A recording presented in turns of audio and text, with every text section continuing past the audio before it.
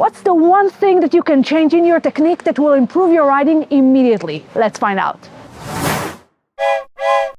I wanted to go over the 5 most common mistakes I see with beginner and intermediate snowboarders. As you start learning how to ride, you're totally focused on controlling your edges, connecting your turns, or whatever it is. But sometimes we just forget those little things that can be really important and crucial to your progression and to feeling awesome on the mountain. As you practice, you repeat certain movements and certain mistakes that you might not even be aware of. As you do that, you create certain habits in your movements and trigger that muscle memory that might not be that great. The more you repeat those movements, the harder it will be to correct them. So now is the time to find out what it is that's holding you back. Fix it and create the best experience you could have. Let's go.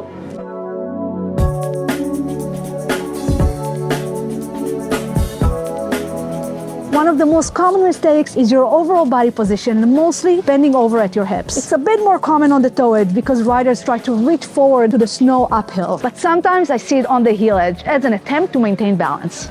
You always want to keep a stacked body position with the shoulders and hips stacked over your knees. On that toe edge, as you align your body, lean on the front of your boots and keep the hips a bit more forward with your chest up. On your heel edge, bend your knees a bit more for that slight sitting position. Just not too much or you'll fall back. You'll see that on both edges, my hips and shoulders don't go outside of that edge line of my board.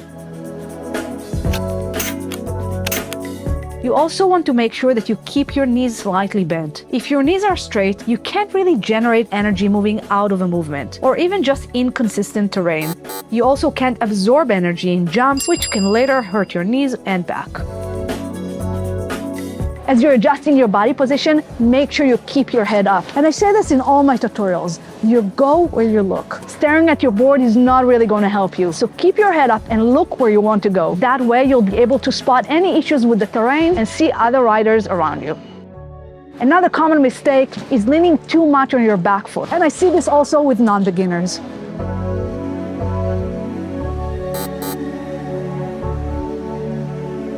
If you saw my tutorial videos, I talk about this a lot. The main initiator for the turns is your front knee. Opening and closing the knee gets the front of the board to turn on the snow. But that's only possible if most of your weight is on that foot. Keeping weight on the back foot, on the other hand, puts a lot of pressure on your knees because you need to apply more force to initiate turns. And even if you can make the turns, they will be slower and more sloppy. So on steeper terrain, trees, avoiding people will be really difficult and not very efficient.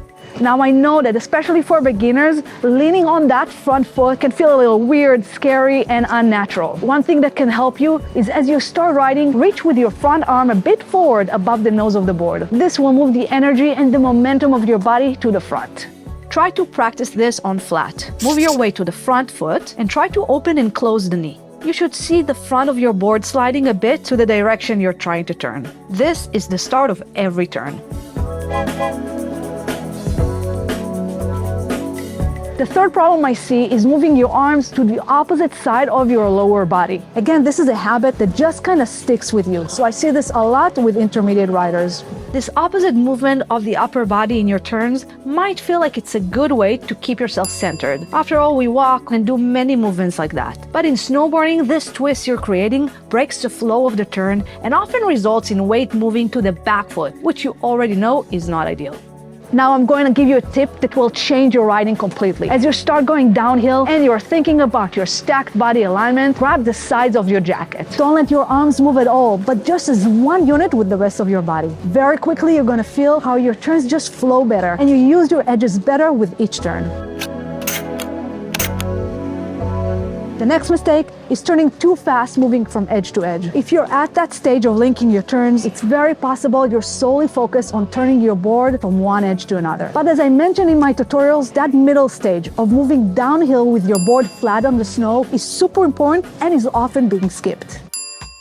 I'm sure you feel more confident being on either edges because this is where you can slow down and stop. Moving downhill can be scary because that's where we gain more speed, and I see a lot of beginners trying to rush through it. This can lead your body to twist or the back foot to move downhill too fast, and you'll eventually catch an edge or just lose balance and fall. So make sure that even just for 1 second, you're moving through that middle stage, getting your board flat on the snow, pointing downhill before you're turning to your new edge.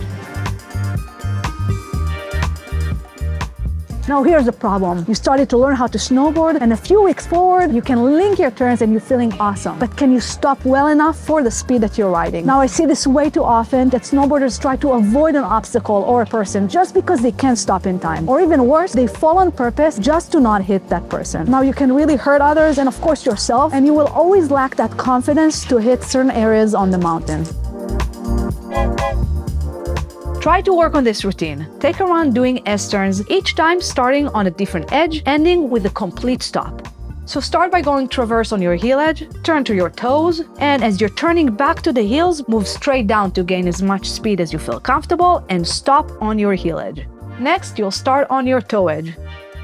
Turn to your heels, and in the last turn, move straight to gain speed and reach a complete stop on your toe edge. It's pretty common if you feel more confident stopping on your heel edge, so maybe give those toe stops extra attention.